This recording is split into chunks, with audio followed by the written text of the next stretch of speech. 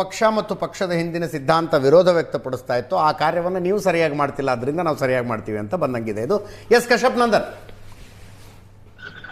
ನೋಡಿ, ನಮ್ಮ ರಾಹುಲ್ ಗಾಂಧಿ ಅವರು ಪ್ರಣಾಳಿಕೆಯಲ್ಲಿ ಹೇಳಿದ್ರು, ನಾವು ಸರ್ಕಾರ ಬಂದ್ರೆ ನಾವು ಜಾತಿ ಗಣತಿ ಸೋಶಿಯೋ ಎಕನಾಮಿಕ್ ಸರ್ವೆ ಮಾಡಿಸ್ತೀವಿ ಅಂತ ಆಶ್ವಾಸನೆ ನೀಡಿದ್ರು.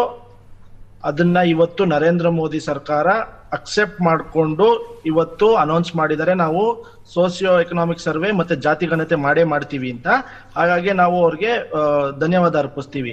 ಸೆಕೆಂಡು, ನಾವು ಭರತ್ ಜೋಡೋ ಯಾತ್ರೆಯಲ್ಲಿ ಕಾಶ್ಮೀರದಿಂದ ಕನ್ಯಾಕುಮಾರಿಯಿಂದ ಕಾಶ್ಮೀರ್ಗೆ ಹೋಗ್ಬೇಕಾದ್ರೆ ರಾಹುಲ್ ಗಾಂಧಿ ಅವ್ರು ಹೇಳಿದ್ರು, ಈ ದೇಶದ ಜನರ ಒಂದು ಸೋಶಿಯೋ ಎಕನಾಮಿ ಅವರ ಕಂಡೀಷನ್ ನಾವು ನೋಡ್ಬೇಕು, ಅದನ್ನ ಇಟ್ಕೊಂಡು ಆ ಡೇಟಾನ ಇಟ್ಕೊಂಡು ಪಾಲಿಸಿನ ಡಿರೈವ್ ಮಾಡಬೇಕು.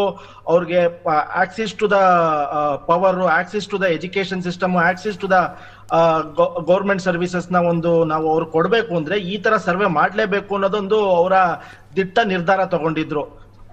ಹಾಗಾಗಿ ನಾವು ಈ ಸೋಶಿಯೋ ಎಕನಾಮಿಕ್ ಕ್ಯಾಸ್ಟ್ ಸರ್ವೆನ ನಾವು ಆ ದಿಟ್ಟ ನಿರ್ಧಾರವನ್ನ ನೆಹರು ಅವರಾಗ್ಲಿ, ಇಂದಿರಾ ಗಾಂಧಿ ಅವರಾಗ್ಲಿ, ರಾಜೀವ್ ಗಾಂಧಿ ಅವರಾಗ್ಲಿ, ಮನಮೋಹನ್ ಸಿಂಗ್ ಅವರಾಗ್ಲಿ ತಗೊಳ್ಳಿಲ್ಲ ಅಂತಲ್ಲ, ಇನ್ ಪ್ರಿನ್ಸಿಪಲ್ ಇದನ್ನು ವಿರೋಧಿಸಿದ್ರು ಅವರು.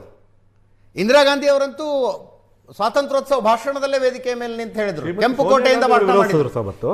ಕಶ್ಯಪ್ ನಂದನ್. ನೋಡಿ, ಪಾಸ್ಟ್ ಇಸ್ ಪಾಸ್ಟ್. ಇವಾಗ ನಾವು ಪಾಸ್ಟ್ ಇಸ್ ಪಾಸ್ಟ್. ಇವಾಗ ಪ್ರೆಸೆಂಟ್ ನಾವು 2024 ಚುನಾವಣೆಯಲ್ಲಿ ಪ್ರಣಾಳಿಕೆಯಲ್ಲಿ ಹೇಳಿದ್ವಿ, ನಾವು ಕ್ಯಾಸ್ಟ್ ಸೆನ್ಸಸ್ ಮಾಡ್ತೀವಿ ನಮ್ ಸರ್ಕಾರ ಬಂದ್ಮೇಲೆ ಅಂತ. ಇವಾಗ ರಾಜ್ಯದ ಬಿಜೆಪಿ ನಾಯಕರು ಹಾಗೂ ಕೇಂದ್ರದ ಬಿಜೆಪಿ ನಾಯಕರು ದ್ವಂದ್ವ ನಿಲುವಿಟ್ಕೊಂಡು ಇದೇ ಕ್ಯಾಸ್ಟ್ ಸೆನ್ಸಸ್ ಸೋಶಿಯೋ ಎಕನಾಮಿಕ್ ಸರ್ವೆನ ವಿರೋಧಿಸ್ಕೊಂಡು ಬಂದಿತ್ತು. ಇದನ್ನ ಮಾಡಬಾರ್ದು, ನಮ್ಮ ಹಿಂದುಳಿದ ವರ್ಗದವ್ರಿಗೆ, OBC ಅವ್ರಿಗೆ ಒಂದು ನ್ಯಾಯ ಕೊಡ್ಬೇಕು ಅಂದ್ರೆ ಈ ತರ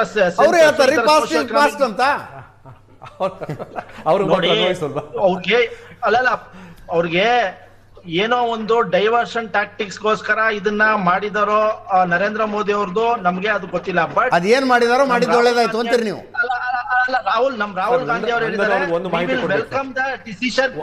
welcome the decision what Narendra Modi NDA government ಏನ್ ತಗೊಂಡಿದೆ ವೆಲ್ಕಮ್ ಮಾಡ್ತೀವಿ.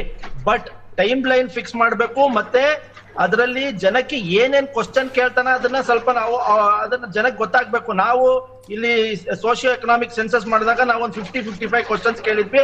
ತೆಲಂಗಾಣದಲ್ಲೂ ಕೇಳಿದ್ವಿ, ಅವ್ರ ಆರ್ಥಿಕ ಪರಿಸ್ಥಿತಿ ಏನು, ಅವ್ರು ಏನ್ ಮಾಡ್ತಿದ್ದಾರೆ, ಏನ್ ಕೆಲಸ ಮಾಡ್ತಿದ್ದಾರೆ, ಏನೇನ್ ಆಕ್ಸಿಸ್ ಇದೆ ಅವ್ರಿಗೆ ಗೌರ್ಮೆಂಟ್ ಸರ್ವಿಸಸ್ ಅಂತೆಲ್ಲ ಒಂದು 40 to 50 ಕ್ವಶನ್ಸ್ ಕೇಳಿದ್ವಿ. ಆ ತರ ಬ್ರಾಡ್ ಕನ್ಸಲ್ಟೇಷನ್ ಮಾಡ್ಬಿಟ್ಟು ಜನರಿಗೆ ಏನೇನ್ ಆಕ್ಸಿಸ್ ಇಲ್ಲೋ ಅದನ್ನ ಸಿಗ್ಬೇಕು ಅನ್ನೋ ಒಂದು ಇಂಟೆನ್ಷನ್ ಇಟ್ಕೊಂಡು ನಮ್ಮ ರಾಹುಲ್ ಗಾಂಧಿ ಅವರು ಇದಕ್ಕೆ ಚಾಂಪಿಯನ್ ಮಾಡಿದ್ರು. ಇದನ್ನ ನರೇಂದ್ರ ಮೋದಿ ಸರ್ಕಾರ ಇವತ್ತು ಅಕ್ಸೆಪ್ಟ್ ಮಾಡ್ಕೊಂಡಿದೆ. Thank you Kashyap Nandan. ಅಶೋಕ್ ಗೌಡ್ರೆ ಧನ್ಯವಾದ. ಒಂದೇ ಪೇಜ್ 11 ವರ್ಷದಲ್ಲಿ ಮೊಟ್ಟ ಮೊದಲ ಸಲ ಕಾಂಗ್ರೆಸ್ ಮತ್ತು ಬಿಜೆಪಿ ಒಂದೇ ತರ ಯೋಚನೆ ಮಾಡ್ತಾ ಇದೆ. ರವೀಂದ್ರ ರೇಷ್ಮೆ ಸರ್ ಥ್ಯಾಂಕ್ ಯು. ಪ್ರಶಾಂತ್ ದತ್ತು ಧನ್ಯವಾದ. ಇದರೊಂದಿಗೆ ಇವತ್ತಿನ ಲೆಫ್ಟ್ ರೈಟ್ ಅಂಡ್ ಸೆಂಟರ್ ಮುಗಿಸ್ತಾ ಇದ್ದೀನಿ. ನೇರ ದಿಟ್ಟ ನಿರಂತರ ಸುದ್ದಿಗಾಗಿ ನೋಡ್ತಾ ಇರಿ ಏಷ್ಯಾನೆಟ್ ಸುವರ್ಣ ನ್ಯೂಸ್.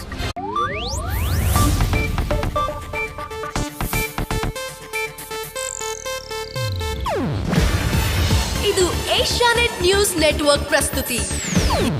ನೀವು ನೋಡ್ತಿದ್ದೀರಾ ಏಷ್ಯಾನೆಟ್ ಸುವರ್ಣ ನ್ಯೂಸ್.